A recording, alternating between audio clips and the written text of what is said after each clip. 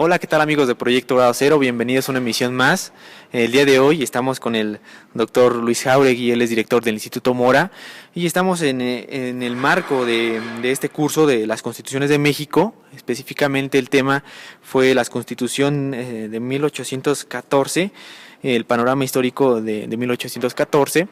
Y en este sentido trató el doctor algunos temas relacionados desde la historia que comienza con la invasión de Francia a la Nueva España, los problemas económicos y sociales que se presentan y cómo se desenvuelve el desarrollo de la independencia. Para hacer este programa nos encontramos Alan Daniel, Luis Jáuregui y Aaron Almanza. Bienvenido, doctor. Gracias, muchas gracias, Aaron.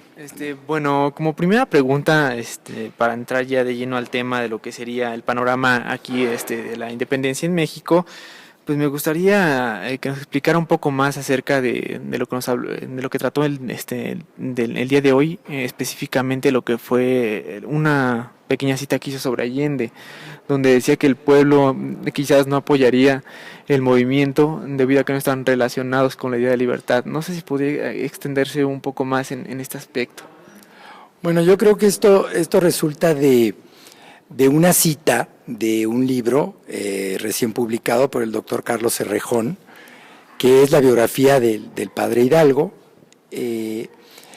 y en realidad lo que Allende quiere decir aquí, creo que es una correspondencia al padre Hidalgo, es: encontremos una manera de convencer al pueblo de que se una a nuestro movimiento. Me refiero al movimiento insurgente. La cita es de agosto de 1810.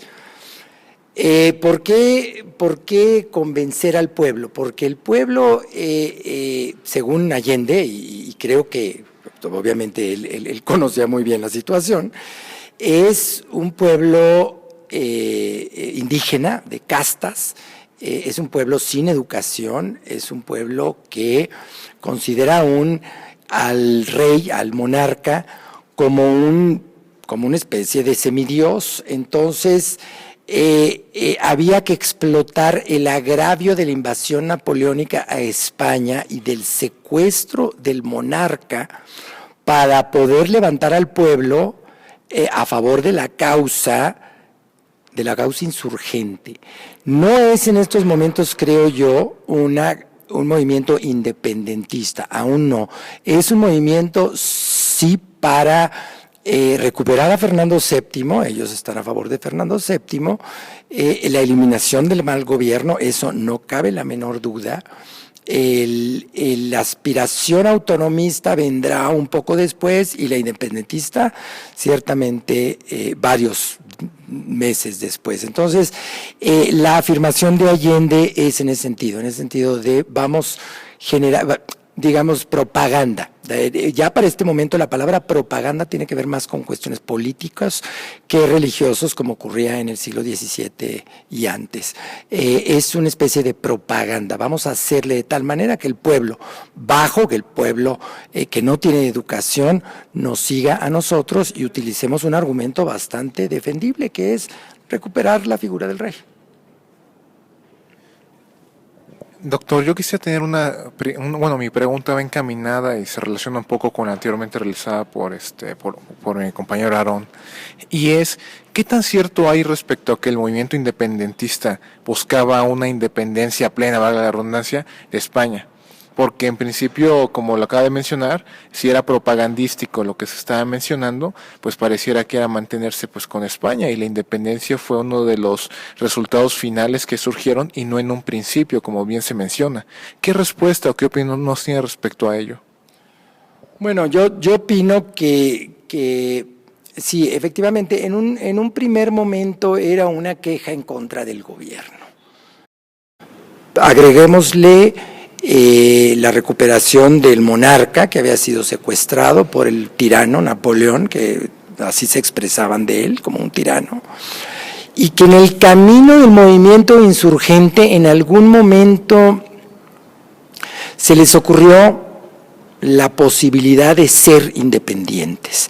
Pero esto fue un aprendizaje, se aprendió en la lucha el deseo de ser independientes. Es un poco como el ser humano. Llega un momento en que solo le surge a uno el deseo de independizarse de sus padres. Bueno, lo mismo ocurrió aquí.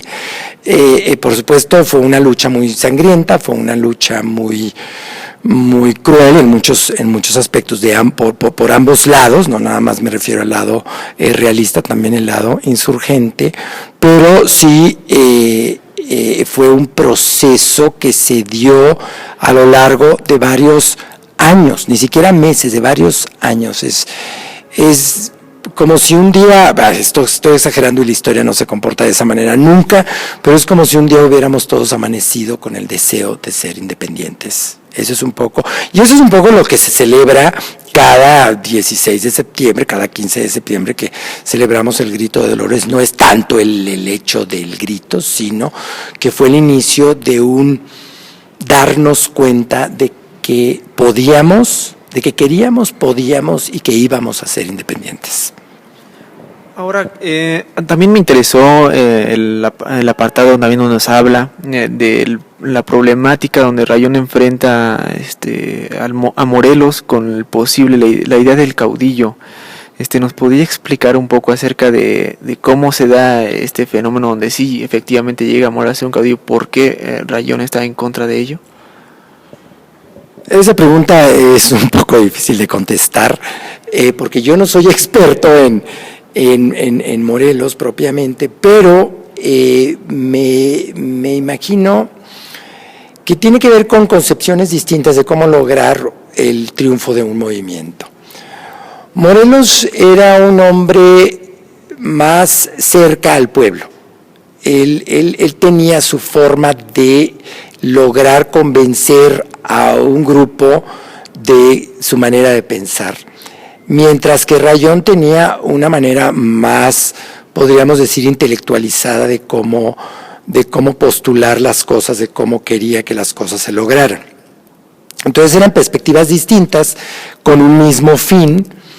No debemos de dejar de un lado el ego de las personas, cada quien quiere siempre sobresalir sobre los demás, pero había visiones distintas y esto genera conflicto. Ahora, también hay que tomar en cuenta que Rayón estaba en Toluca mientras que Morelos estaba en Cuautla o en algún lugar así, entonces las distancias, la falta de comunicación, pues genera muchos malentendidos y los malentendidos trascienden al relato histórico. No estoy diciendo que hemos malentendido la relación entre Rayón y Morelos, pero a lo mejor no tenemos todos los elementos de juicio para poder decir que digamos que tuvieron visiones encontradas sobre el movimiento en el que participaban, sino que tenían perspectivas distintas con un mismo fin. Doctor, bueno, yo no puedo evitar pensar que, si bien es cierto la Constitución de Cádiz que surge en España cuando se encuentra Fernando VII preso por Napoleón, y bueno, y si bien es cierto tuvo una gran influencia en México, no pudo haber habido algún otro cuerpo normativo como pudo haber sido el Bill of Rights, que pudo haber tenido una influencia también directa en la creación de la Constitución de Apatzingán propiamente. Se lo comento por la cercanía de los hechos en que surgen, y aparte, porque bueno, tuvimos la oportunidad de entrevistar no hace mucho al magistrado González Oropesa respecto al tema, y él hace alusión a que no todo está en Cádiz, y yo también le hice la misma pregunta, y pocas veces se ve una visión más allá de Cádiz. Piensan que Cádiz es se traslada el pensamiento de Cádiz a la Constitución de Apatzingán, cuando también hay elementos del Bill of Rights que se vieron presentes en la misma. Bueno, si 50 historiadores se dedican a estudiar este edificio, eso no quiere decir que este edificio haya sido importante, sino que 50 historiadores lo estudiaron. Lo mismo ocurre con la Constitución de Cádiz recientemente, repito. Mucha gente ha estudiado la Constitución de Cádiz, han salido muchos libros con motivo del bicentenario de la Constitución, el bicentenario de la Independencia, todo lo que ustedes quieran, Pero eso no quiere decir que haya sido tan importante como todos los libros que estamos leyendo. Necesitamos estudiar más, profundizar más alrededor de la Constitución de Apatzingán, de las bases de la Constitución de Apatzingán, de las ideologías detrás de los hombres que redactaron este documento, y a lo mejor resulta que, bueno, sí, la Constitución de Cádiz tuvo que ver, pero no tuvo que ver tanto como ahorita nos está diciendo la historiografía. Hay que tener mucho cuidado entre la historiografía y la historia. Eso es lo que puedo decir al respecto. Doctor, pues muchas gracias por esta plática, va a ser muy aclarador para muchas de las podescuchas que tenemos ya de audiencia, y bueno, agradecerle nuevamente por esta entrevista y por la oportunidad que tuvimos de grabar esta conferencia, la cual también vamos a transmitir en nuestros canales, y bueno, no sé si tengas algo más. Pues solo un comentario más, y el cual es para felicitarlo también, doctor, porque es, bueno, algo que yo pude ver es que a lo largo de la educación básica que uno tiene como mexicano, muchos de los libros oficialistas enseñarán las juntas, las audiencias, pero no explican qué son.